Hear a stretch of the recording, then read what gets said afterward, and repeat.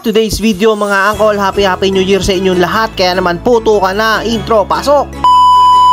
At ayun na nga mga angkol, huling araw na nga ng taon 2024. Kaya naman simulan natin ang araw sa pagbubukas itong regalo ng aking kuya. Bali, ito nga pala yung binigay na regalo ng aking kuya para sa tatlong bata. Ito nga pala ay slide. A-assemblein ko pa pero napakaraming panggulo. Bali, talagang inassemble ko itong slide ditong December 31 kasi para may pagkaabalahan sila ngayong araw. Sigurado ako na hindi ka mapapahiya dito sa slide na binigay mo, kuya. Dahil itong tatlong batang to kapag nasa loob ng palaruan talaga namang walang tigil sa slide. Kaya naman sa tulong ni Mrs. tatapusin na namin ang pag-assemble.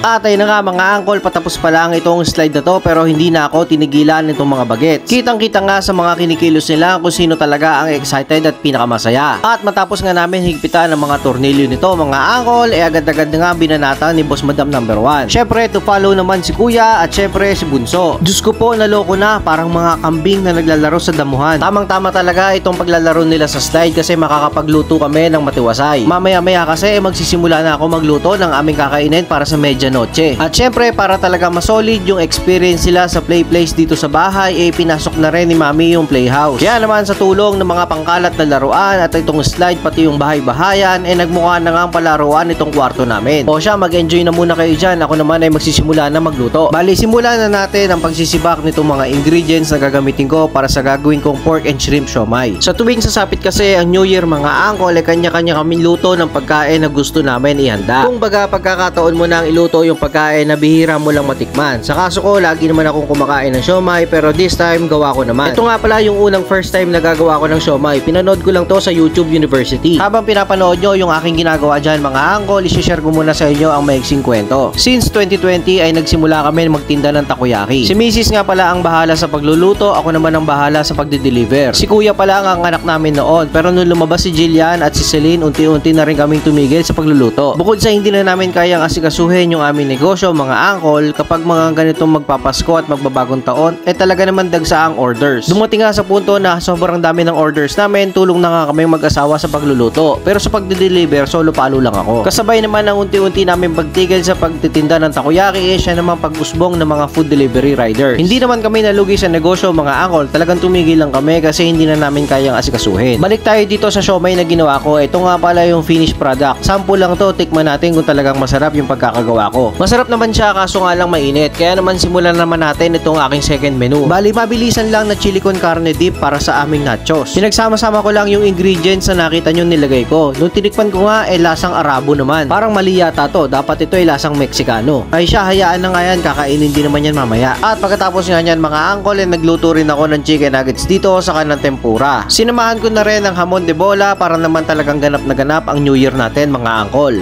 At pagkatapos ko nga magluto dito mga angkol, kumain na nga pala kami ng hapunan. Pagkatapos nga namin kumain ng hapunan mga angkol, rekta naman kami sa paglalaro kasama yung mga bata. Ito talaga yung perfect moment para makipaglaro sa kanila mga angkol habang inaantay namin na sumapit yung alas 12 ng gabi. Ayos din to na makipaglaro sa kanila para hindi na rin sila tamaan ng antok habang naghihintay. Hindi na rin pala ako bumili ng kahit anong paputok o pailaw mga angkol kasi iniiwasan ko rin na magkasakit yung mga bata. Time check tayo mga angkol, 10:30 na nga ng gabi. Umpisa umaga pagkatapos kong i-assemble yung slide hanggang sa abutin kami ng alas 11:30 ng gabi, wala silang tigil sa pag-i-slide. At nung mga bandang 11:30 na nga mga angkol, inaya ko na nga pala silang lumabas ng bahay. Dito namin naantayin yung mga fireworks na papaputukin ng aming mga kapitbahay. At dahil sa magulo na nga at masaya ang paligid, saris-saring ingay na ang naririnig ni Boss Madam number 1. Kaya naman hindi niya napigilan na mapaiyak dahil sa nervyos. Buti na lang talaga to the rescue ang kanyang grandfather. Akala ko talaga ay mag-e-enjoy ka sa kakapanood nitong fireworks display. Pero di bale, bawi na lang tayo next year.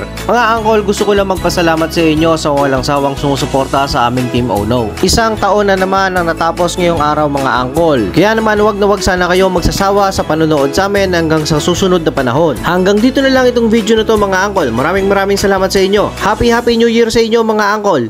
See you next year and see you sa next vlog. Okay.